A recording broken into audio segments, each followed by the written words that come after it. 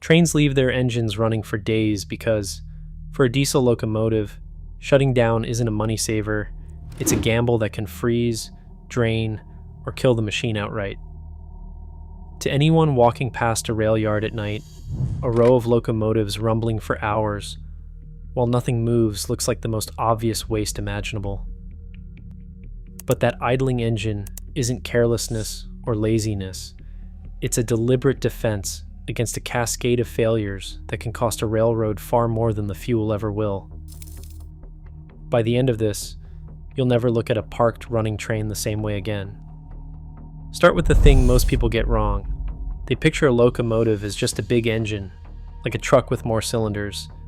It isn't.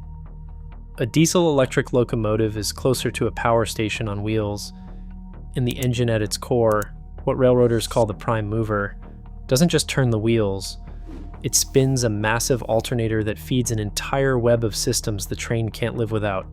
The compressor that keeps the brakes charged, the heaters and coolers that regulate the cab, the lights, radios, and the safety computers constantly running diagnostics. Every one of those depends on the same electrical lifeline. Shut the prime mover down, and the alternator stops, and in one motion, the whole train goes dark, cold, and unresponsive. In a system this tightly wired together, turning off the engine doesn't just turn off the engine, it turns off the entire train. And this habit didn't appear with diesels. It was inherited. Back in the steam era, crews almost never let the fire go fully out. They kept a low flame burning just to hold enough pressure to keep the air brakes alive, because if that pressure dropped, the brakes locked, and a cold boiler meant frozen pipes and lost hours. When diesels took over in the 1940s and the 1950s, the logic carried straight across. The new engines still had to idle to run their compressors, charge their batteries, and keep their cabs warm. Keeping the locomotive alive wasn't a bad habit someone forgot to break. It was a culture built around readiness and safety, handed down from one generation of machines to the next. Now add cold weather, and the stakes climb from inconvenient to catastrophic. The first casualty is coolant. Many locomotives run plain water in their main cooling loop. Antifreeze gets avoided because of corrosion risk, and water freezes at 32 degrees, expanding with enough force to crack pipes and split radiator tanks. So the engine often runs for no reason other than to keep that coolant moving and above freezing. Next is the fuel itself.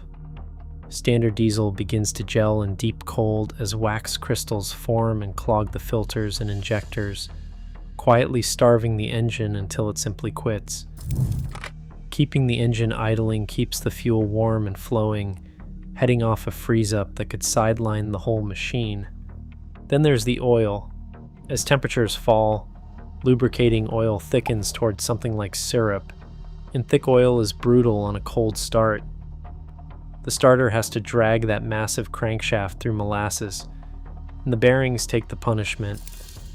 Push it too far, and you don't just fail to start. You can score bearings or seize the engine entirely. The batteries are fighting the same cold. A locomotive's lead-acid batteries can lose more than half their cranking power in a hard freeze, and without enough current, the engine won't turn over at all, leaving a dead machine parked across a main line or jamming a busy yard for hours. Even the air turns into a weapon.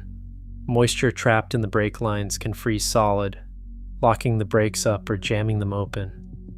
Put it together, and shutting a locomotive down in winter is like cutting the heat to a house during a deep freeze. The risk isn't discomfort, it's destruction. That's why the comparison people reach for, why not just turn the key like a car, falls apart the moment you look at the restart. Firing up a diesel-electric is nothing like starting a sedan. The batteries have to slam a huge surge of current into the starter, enough to weld metal, just to get the crankshaft spinning. In the cold, with battery capacity cut in half and oil thickened, the engine turns over slowly if it turns at all. And even with a perfect start, the work isn't done. The alternator has to ramp from 0 to hundreds of kilowatts in seconds. To wake up the control computers, the heaters, and above all, the air compressor. If the alternator lags, the systems stay dark. If the compressor can't build brake pressure, the locomotive legally cannot move. And here's the trap. Every failed start drains the batteries a little more, so a few bad attempts can flatten them completely. And once they're flat, your only options are a rescue engine or a tow. For a yardmaster, that's the nightmare scenario, because a single dead locomotive is a domino, and one stuck train in the wrong place can stall a corridor and bleed money by the hour. The brakes deserve their own moment here, because they're the quiet, invisible heartbeat of the whole operation, and they run on one strict rule: lose air pressure, and the brakes slam on automatically. That's not a flaw, it's a safety design, the foundation of how freight moves across a continent. The brake pipe running the length of the train is charged to around 90 pounds per square inch, with the reservoirs on the locomotive holding even more. But that compressed air is always leaking away through tiny gaps in hoses, valves, and couplings. So even a train standing perfectly still is slowly bleeding pressure every minute. The compressor, driven by the engine, fights that constant decay. Shut the engine down, and the compressor stops. The pressure falls, and the moment it crosses the threshold, the brakes lock. To roll again, the entire system has to be recharged from scratch, and that's slow. A 100-car train can take 5 to 7 minutes to come back up to pressure. Stretch it to 150 cars, and you're waiting 12 minutes or more. On a packed main line, those minutes multiply into real delays and missed connections. The air system is a built-in clock, always counting down, and keeping the engine running is how you keep the whole train alive and ready to answer the instant a dispatcher calls. Even sitting still, the locomotive's hunger for power never stops. This is the world of what railroaders call hotel loads, the hidden systems quietly drawing energy hour after hour. The alternator keeps the cab heated or cooled, keeps the lights on, keeps the radios and safety computers awake, and keeps the batteries topped off. Even with no crew aboard, those systems often stay on standby, holding the environment steady and the electronics ready for the next shift. Cut the engine, and all of it goes dark. A modern locomotive burns somewhere around 3 to 5 gallons of diesel an hour just to cover these hotel loads. Enough fuel, every single hour, to drive a pickup truck from one city to the next. That fuel keeps the heaters humming and the diagnostics alive. But it also means an idling engine is a steady source of emissions and noise without moving a single car. So why accept that cost? Because in railroading, readiness is the entire game, and the math is lopsided. A train isn't just a machine, it's a moving deadline, a promise to shippers, a clock that never stops. Dispatchers and yardmasters work in tight windows, and if a crew is on the clock and the locomotive isn't ready when the green light comes, the costs stack up fast. Workers paid to wait, trains rescheduled, a domino chain of missed connections rippling outward. The fuel burned at idle is almost nothing against that. As more than one veteran has put it, you'd far rather burn $50 in diesel than lose thousands to a late departure. For a busy railroad, a stalled train can bleed hundreds of thousands of dollars an hour in lost revenue and overtime. So idling isn't waste in their eyes, it's insurance. It's the guarantee that when the call comes, the train rolls without hesitation, because the cost of being unprepared almost always dwarfs the cost of keeping the engine alive. But that insurance has a victim, and it's the people who live next to the yard. To them, the steady thrum of idling locomotives isn't background noise. It's a nightly intrusion that seeps through walls and windows, a low-frequency rumble, and a drift of diesel exhaust that some residents compare to living beside a factory that never closes. And their frustration is grounded in real numbers. Idle time accounts for something like 5% of all locomotive diesel burned in the country every year. Thousands of tons of emissions released while the trains sit motionless. Where the complaints have piled up, in cities from California to Illinois, lawsuits and regulatory petitions have pushed railroads to act, and some settlements have forced companies to build sound barriers or invest in cleaner technology. For families living under that constant drone, those changes matter, and the pressure from those communities has become one of the strongest forces driving the search for a quieter answer. And that search is finally producing real solutions. The first is software smart enough to do what brute force never could: cut idle time without risking a dead engine. It's called automatic engine start-stop, a kind of digital caretaker that constantly watches the locomotive's vital signs: coolant temperature, battery charge, air pressure, even the weather outside. When everything sits in the safe zone, it quietly shuts the main engine down. The instant any reading drifts toward trouble, it restarts the engine before damage can set in. This isn't a dumb timer. Its whole logic is built around the failures we have been talking about. If the cold bites too hard, or the air pressure starts bleeding away, it keeps the engine running rather than gamble on a risky restart. And in genuinely extreme cold, it's often switched off entirely, because no algorithm can thaw a frozen fuel line or revive a half-dead battery.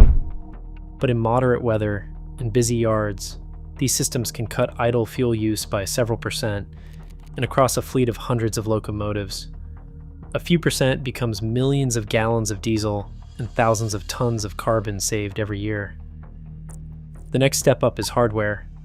The auxiliary power unit, a small diesel generator roughly the size of an industrial lawnmower engine that handles the cab heat, the electrical load, and even circulates coolant, all while the giant main engine sleeps. That little unit sips a fraction of the fuel, often under a gallon an hour against the 3 to 5 gallons per hour the prime mover would burn at idle, and the savings are not theoretical. Retrofit programs have cut fuel consumption on equipped units by 30 to 40%, and crews report a bonus. With the big engine shut down far more often, it simply wears out more slowly. The units aren't cheap to install, but in a busy yard, each avoided hour of idling saves real money, and the investment tends to pay for itself within a few years. Some go further still, circulating heated oil and coolant so the main engine stays warm and ready for a fast restart, even in sub-zero weather, a practical, nuts and bolts fix that drops neatly into the existing maintenance routine. Beyond that lies the genuinely new. Shore power lets a locomotive plug straight into the electric grid for clean, silent heat and battery charging, common in passenger terminals, still rare in freight, but being tested in pilot programs. And then there are the battery electric locomotives, the boldest swing of all. On a recent test run, a battery unit packed with thousands of lithium-ion cells ran alongside 2 conventional diesels and cut the whole train's fuel use by more than 11%. Not a rounding error, but thousands of gallons saved, with 0 idle emissions from the battery unit itself.